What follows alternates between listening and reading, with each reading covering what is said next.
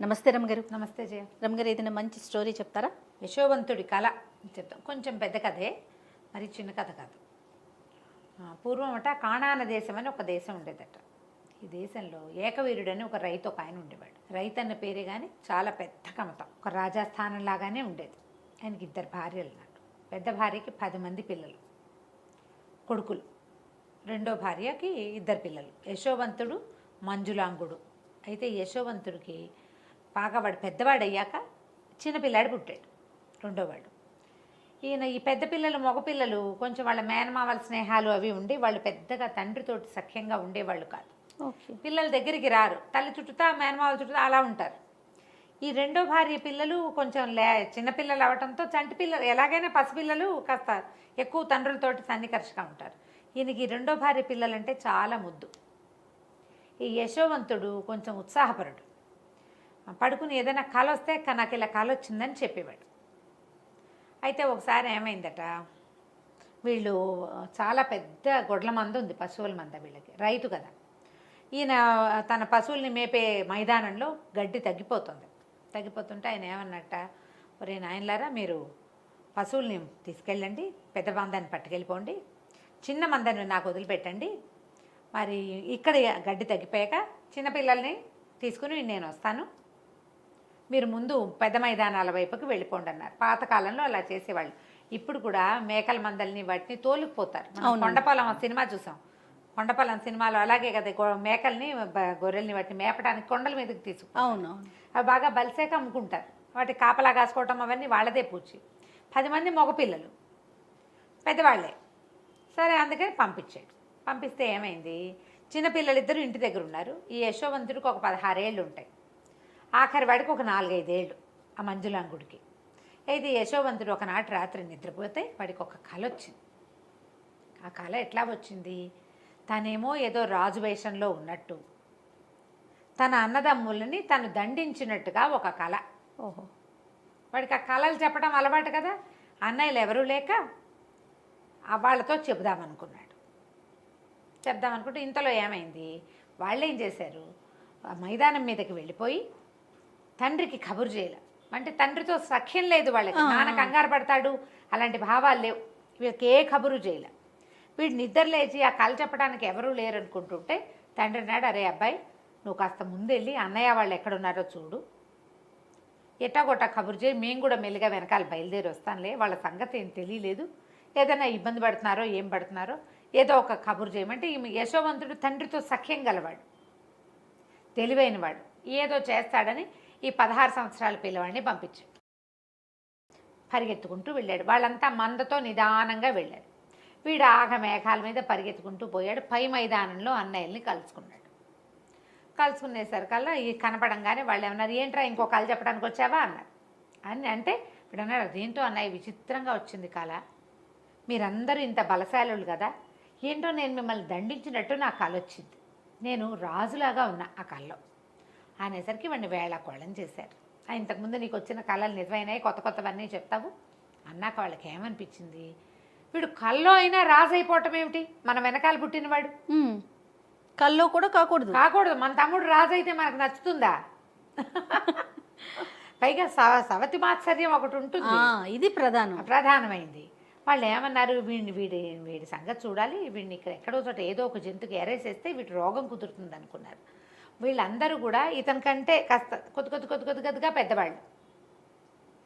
వీడి వయసు వాడు ఒకడున్నాడు అందులో. వాళ్ళకి వీడు మన తమ్ముడు, వీడిని ఏమైనా చేస్తే నాన్నకి ఏం సమాధానం చెప్తాం, అయినా మనలో ఒకడిని లేదు అలా అనిపించాల. ఓ 2-3 వీడిని ఇక్కడే పాతేద్దాం అలా అనేసరికలు మిగిలిన వాళ్ళు ఒప్పేసుకున్నారు. ఒప్పేసుకుని వాడిని ఏం చేశారు, పట్టి తాడు పెట్టి ఈడుస్తూ తీసుకుపోయారు, ఎక్కడో చోట వదిలేయటాన్ని కట్టేసి ఈడుచుకుపోతుంటే ఏమైంది, వీళ్ళకి ఎవరు కనిపించారు, ఆ దారిలో బానిసల్ని కొనుక్కునే ఒక వర్తకుల బిడారు వెళ్తారు. వాళ్ళు అనుకున్నారు, వీడిని మనం మట్టు పెట్టడం ఎందుకు, అక్కడికి వెళ్ళి పనే చేసుకుంటాడు, వీడి వల్ల మనకు డబ్బులు వస్తాయని ఆ బానిసల బిడారికి 20 దినారాలకు అమ్మేశారు, 20 కాసులకి అమ్మేసి డబ్బులు జేబులో పెట్టుకున్నారు. మాట్లాడకుండా ఊరుకున్నారు, తండ్రికి చెప్పాల. ఈ వర్తకుల బిడారులో పట్టుబడిన యశోవంతుడు అవతల రాజ్యంలో అమ్మబడ్డాడు, మహారాజుకి బానిసగా అమ్మబడ్డాడు. అయితే ఆయన బానిసలను ఏం చేసేవాళ్ళు, ఇలా కొనుక్కున్నాక వాళ్ళకి ఏంటి జీతభత్యాలు ఏమి ఉండవు, ఆహారం పెడతారు, పని చేయించుకుంటారు. మళ్ళీ వాళ్ళు అమ్మేసి తలుచుకుంటే అమ్మేసుకోవటమే, ఒక వస్తువు వాడు అంతే. అయితే ఈ అంతఃపురానికి దగ్గరలో అతనికి ఒక కొలువులో కుదిర్చారు వాడిని. ఏముంది, దేవుడిలో అన్నం తింటారు, ఇక ఉంటారు, అక్కడే ఉన్నాడు. వీడికి తన కళని విశ్లేషించుకోవటం అవి ప్రాక్టీస్ ఉన్నాయి ముందు నుంచి, ఉన్నాడు అక్కడే. ఈ లోపల ఏకవీరుడు కుమారులను పిల్లల్ని కలుసుకున్నాడు, చిన్నపిల్లల్ని భార్యల్ని తీసుకుని. యశోవంతుడు ఏడంటే ఏడి అన్నారు. మమ్మల్ని చూసి వెనక్కి వచ్చేసాడు, మాకు తెలియదు అనేసరికల్లా అయ్యో చిన్నపిల్లాడిని క్రూర మృగాల బారిన పడేసేసారని ఆ పిల్లవాడి మీద బెంగతోటి చిక్కి శల్యమైపోయాడు తండ్రి. పంచ ప్రాణాలు ఈ చిన్నపిల్లాడి మీదే పెట్టుకుని బతికేవాడు. కొంతకాలం గడిచింది. అయితే యశోవంతుడు చేరిన రాజ్యంలో రాజుగారికి ఒకనాటి రాత్రి ఒక కల వచ్చింది. చాలా విచిత్రమైన కళ. ఆయన ఎందరికో చెప్పాడు. ఆ కళ తాలూకు ప్రాఫెసీ ఇప్పుడు దీన్ని విశ్లేషణగా చెప్పగలిగిన వాళ్ళు ఎవరు కనపడలే ఆయనకి. ఎవరెవరినో రప్పించాడు. ఆ కళ ఏమిటి, ఒక పెద్ద ప్రవాహం ఈయన రాజ్యానికి ఆనుకొని ప్రవహిస్తోంది. అందులో ఇంచి 7 ఆవులు గట్టెక్కాయి. 7 ఆవులు ఎంత పుష్టిగా ఉన్నాయో, పెద్ద పెద్ద పొదుగులు, పెద్ద పెద్ద ఆవులు, ముట్టుకుంటే జారిపోతాయి చేతులు, ఈగబడితే జారేంత నున్నగా ఉన్నాయి. ఈ 7 ఆవులు మైదానం వైపుకి వచ్చి నుంచున్నాయి. ఇంతలో మైదానంలో నుంచి 7 బక్క చిక్కిపోయిన ఆవులు వచ్చినాయి. చూస్తూ ఉండగానే ఈ బక్క ఆవులన్నీ కలిసి ఈ పుష్టిగా ఉన్న ఆవుల్ని మింగేసాయి. వింతగా లేదు కళ. ఈ వింత కళని ఆయన ఎందరికో చెప్పాడు. పుష్టిగా ఉన్నాయి ఆవులు అనగానే గోదర్శనం మంచిది, కాబట్టి గోవుని తినేయడం మంచిదని ఎలా చెప్తాం? పోనీ గోవుని పులో సింహమో కాదు, గోవే తినటం. దాంతో జనాలు ఎవరు చెప్పలేకపోయారు. అయితే ఆయన మాట్లాడుతూ ఉంటే అది తెలియండి అన్నాడు వీడు పక్కన నిలబడి. ఆయనకు అర్థం కాలేదు. ఏమిట్రా అన్నాడు. అనేసరికి మీకు వచ్చిన కళ మన పరిస్థితిని సూచిస్తోంది ప్రభు అన్నాడు. నీకు అర్థమైందా అన్నాడు ఆయన. సైనికుడుగా నుంచున్నాడు యశోవంతుడు. నాకు అర్థమైంది ప్రభు అన్నాడు. ఏమర్థమైందో చెప్పు అనగానే 7 పుష్టి ఆవులు అంటే 7 సంవత్సరాల పాటు మనకి బ్రహ్మాండంగా పంటలు పండుతాయి, అద్భుతంగా పంటలు పండుతాయి. తర్వాత 7 బక్క చిక్కిన ఆవులు మైదానంలో నుంచి వచ్చాయంటే మనకి క్షామం రాబోతోంది 7 ఏళ్ల తర్వాత. ఓహో, ఇప్పుడు మనం ఈ 7 ఏళ్ల సంపదని, ఇప్పుడు ఈ 7 ఏళ్ళు మనం అనుభవించిన సంపత్తుని ఆ తర్వాత 7 సంవత్సరాలు మనని నాశనం చేసేస్తాయి. మనకి రాబోయే మంచికి చెడుకి సూచన ప్రభు మీ కళ అనగానే ఆయన ఆశ్చర్యపోయాడు. ఆ సభలో ఉన్న కార్తాంతికలు ఒకళ్ళిద్దరు ఇది కరెక్ట్గా ఉందని చెప్పారు. ఓకే, మాకు తట్టలేదు, ఏదో అందుతోంది కానీ వీడు బాగా చెప్పాడు అనగానే ఆయన అన్నాడు యశోవంతుడిని, సరే ఈ కళని నువ్వు మేనేజ్ చేయి, ఎట్లా చేస్తావో చెప్పు. అంటే ఏముంది, 7 ఏళ్ళు మనం సంపాదిస్తాం, ఒక్క గింజ వృధా కానివ్వద్దు, నిలవ పెట్టుకోవాలి. ఇప్పుడు ఈ సంవత్సరం మనకి బాగా ఎకరానికి 36-40 బస్తాలు పడ్డేది 60 బస్తాలు వచ్చిందనుకో, నువ్వు తిన్నంత తిని పారబోసినంత పారబోస్తావు. వచ్చే మొదటి 2 ఏళ్ళు జాగ్రత్త పడతావు, నెక్స్ట్ ఇయర్ ఇంకో 4-5 ఎక్స్ట్రా పండుతాయి. 2 ఏళ్ళ తర్వాత నీకు జాగ్రత్త వస్తుందా? అస్సలు రాదు. అదే చాలా మంది బిజినెస్ పీపుల్ చేసే పనులు ఇవే. లాభాలు వస్తుంటే ఒళ్ళు తెలియకుండా అయిపోతారు. సడన్గా నష్టం రావడం మొదలు పెడుతుంది. పాత లాభాలేమో వీళ్ళు ఉడాయించేస్తారు. నష్టం రావడం మొదలుపెట్టాక ఇంకా కవర్ చేసే వీలు ఉండదు, ఇలా అయిపోతాం. సరే రాజు అన్నాడు, ఓ పని చెయ్యి, దీన్ని ఎట్లా ప్లాన్ చేయాలో చెప్పు. నువ్వు ఇంత ఐడియా ఉన్నవాడివి, నీకు ఐడియాలు లేకపోవటం ఏం లేదు. అబ్బాయికి 16వ సంవత్సరంలో వీళ్ళకి దొరికాడు. 20 ఏళ్ళు దాటాక ఈ అవకాశం వచ్చింది అతనికి. సరే ఏమైంది, ఇతను ఏం చెప్పాడంటే ఆ సంవత్సరం నుంచి ప్రజలు పండింది వాళ్ళకి అవసరమైంది ఉంచుకుని మిగిలిందంతా రాజుగారి ఖజానాకి గిడ్డంగులకి తరలించేసేయాలి. ఒక్క గింజ పారేయటానికి వీల్లేదు, ఒక గింజ పడేయకూడదు. మొత్తం గింజలన్నీ రాజుగారి గిడ్డంగులు, దానికోసం పెద్ద పెద్ద గోడౌన్లు తయారు చేయించాడు అతను. ఏటా ప్రజలు తమకు అవసరమైన ధాన్యాలు, విత్తనాలు, డబ్బు కూడా కావాల్సినంత ఉంచుకోవటం. ఇప్పుడు డబ్బు ఖజానాకు చేరిపోతుంది, ధాన్యాలు గిన్యాలు మొత్తం సమస్తం రాజుగారి గిడ్డంగులకి చేరిపోవాలి. మరుసటి సంవత్సరం పండిందంతా గిడ్డంగికి వచ్చేస్తుంది, నిరుటిది వాడుకుంటారు. ప్రతిసారి ఫ్రెష్దే ఉంటుంది, తెలివి చూడు, ప్రతిసారి ఫ్రెష్గా ఉంటుంది. అంతేగాని 7 ఏళ్ల క్రితం నిలవబెట్టింది 7 ఏళ్ల తర్వాత అదేం పని చేస్తుంది?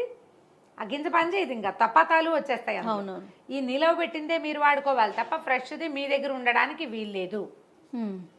అని చెప్పి ఇక నిలవలు విపరీతమైన నిలవల్లోకి వచ్చేసారు వీళ్ళు. ఈ 7 ఏళ్ల తర్వాత పంటలు పండటం స్లో అయిపోయింది. ఈ మొత్తం ఈ దేశానికి చుట్టుపక్కల అన్ని దేశాలలోనూ కూడా క్షామం వచ్చేసింది. ప్రజలకు ఏ ఇబ్బంది లేదు, హాయిగా ఉంది వీళ్ళ దేశం. అయితే ఈ యశోవంతుడి ఒరిజినల్ దేశం ఉంది కదా, కానాన్ దేశం, అక్కడ కూడా వచ్చింది ఈ సమస్య. గింజలు లేని పరిస్థితి.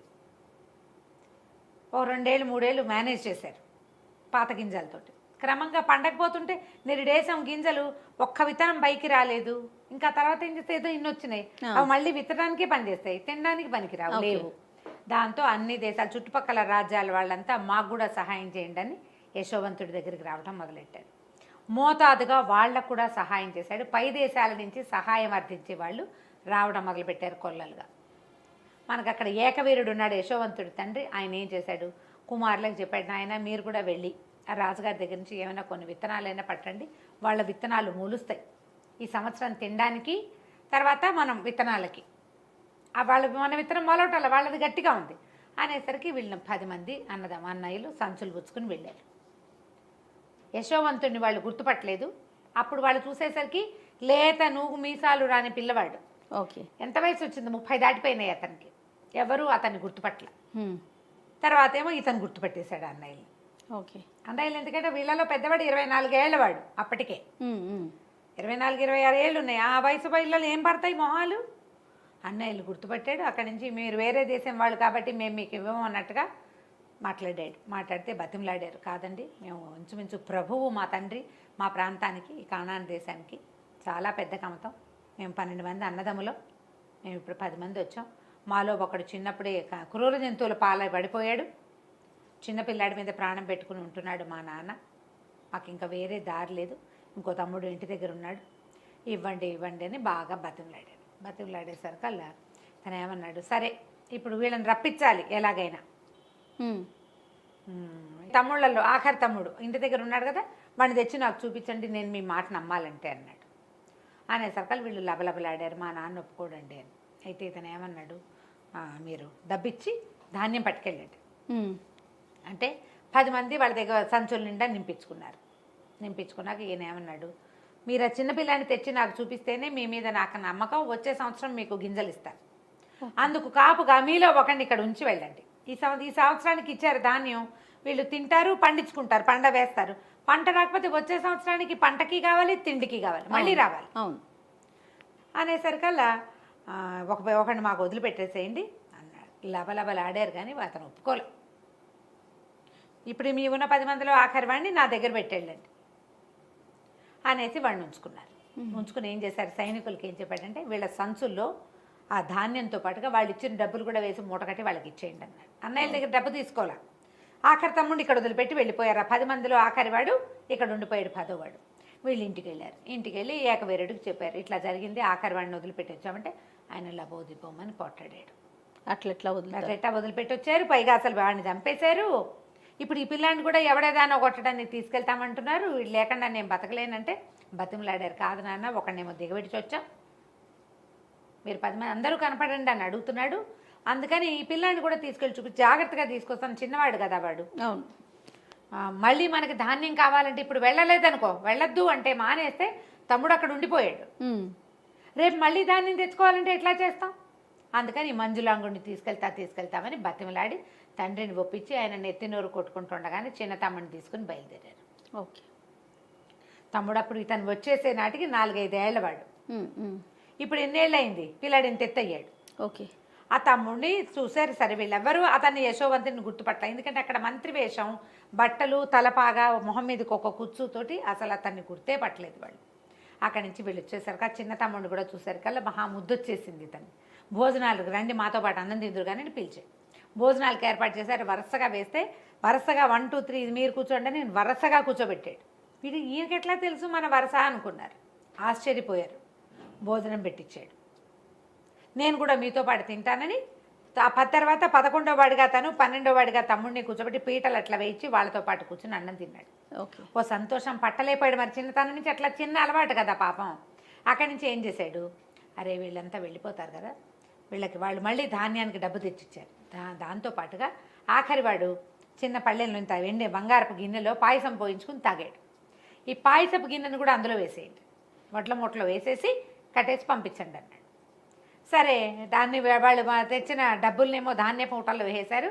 ఆఖరి వాడు పాయసం తాగిన ఆ బంగారు పాత్రని కూడా అందులో వేసి మూట కట్టేసి వీళ్ళ చేతిలో పెట్టారు. అక్కడి నుంచి వీళ్ళ మూటలు వీళ్ళు మోసుకుంటూ 11 మంది, ఈ 10 మంది ఆఖరి చిన్నపిల్లాడు ఊరు దాటారు. దాటగానే సైనికులు పట్టుకున్నారు. మీ మూటలు అక్కడేవో బంగారు పాత్ర పోయిందిటే మీ వస్తువులను ఇవన్నీ చూడమన్నారు అని. చూస్తే వీళ్ళు డబ్బులు ఎందుకు వెనక్కి వచ్చేసినాయో వీళ్ళకి అర్థం కాలేదు. లాస్ట్ టైం కూడా డబ్బు వెనక్కి వచ్చింది, ఏదో పొరపాటు జరిగింది అనుకున్నారు. ఈసారి కూడా తమ మూటల్లో డబ్బులు ఉన్నాయి. ఆఖరి వాడి మూటలో బంగారు పాత్ర కనపడి ఆ బంగారు పాత్ర అక్కడి నుంచి పాత్రను పట్టేసుకున్నారు. పిల్లాడిని లాక్కెళ్ళిపోయారు. వీళ్ళు ఏం చేస్తారు, ఈ పిల్లాడు లేకుండా ఇంటికి వెళ్తే తండ్రి చంపేయడు. లాభోదీపమని పరిగెత్తారు మళ్ళీ వెనక్కి. పరిగెత్తి అతనికి ఏంటంటే తండ్రిని చూడాలనుంది. తండ్రి కూడా తమతో ఉంటే బాగుండనుంది. ఏ రకంగా చెప్పాలో తెలియలే, అందుకని ఎత్తెత్తాడనమాట. అక్కడి నుంచి పెద్దవాళ్ళంతా బతిమలాడారు. బాబు మేము చేయలేదండి, పైగా మా పిల్లవాడు అట్లా కక్కుర్తి పిల్లాడు కాదు, వీడు మా ఇంట్లో వీడే కింగు, మేము మలమల వాడిపోయాము గింజలు లేక, అయినా మా ఇంట్లో వెండి పాత్రలు బంగారు పాత్రలు ఉన్నాయండి, వీడు పుట్టినప్పటి నుంచి బంగారు కంచంలో తినేవాడే, వాడికి ఒక్కడికే ఉంది ఆఖరి వాడని బంగారు కంచం, మా వాడు అట్లాంటి పిల్లవాడు కాదని బతిమలాడారు. కానీ కాకపోతే ఏమైంది, అలా వీళ్ళు బతిమలాడి మాట్లాడుతుంటే ఇతను తన తలపాగా ఇవి చుట్టూతా ఉన్న ఉత్తరీయము తీసి పక్కన పెట్టాడు. ఈ చిన్న పిల్లాడు ఒక్క ఎగిరి అన్నాన్ని కావలించుకున్నాడు. అప్పటిదాకా తెలియలే వాడికి. పైగా మంత్రి గారు మొహంలో ఒక మొహం పెట్టి ఏం చూస్తాడు, అవును పక్కన కూర్చున్నాడు. దానికి తోడు కావలించుకునేసరికి వాళ్ళు నిర్కాంతిపోయారు. ఒరే ఏమిట్రా అన్నారు వాళ్ళు. వాళ్ళల్లో ఒకళ్ళిద్దరు దగ్గరికి వచ్చి పిల్లాడిని లాగబోయేసరికి వాళ్ళకి కనపడింది వాడి తండ్రిదే, వాడి మొహం. అందరు ఆశ్చర్యపోయారు. అప్పుడు వాడికి జరిగిందంతా చెప్పాడు.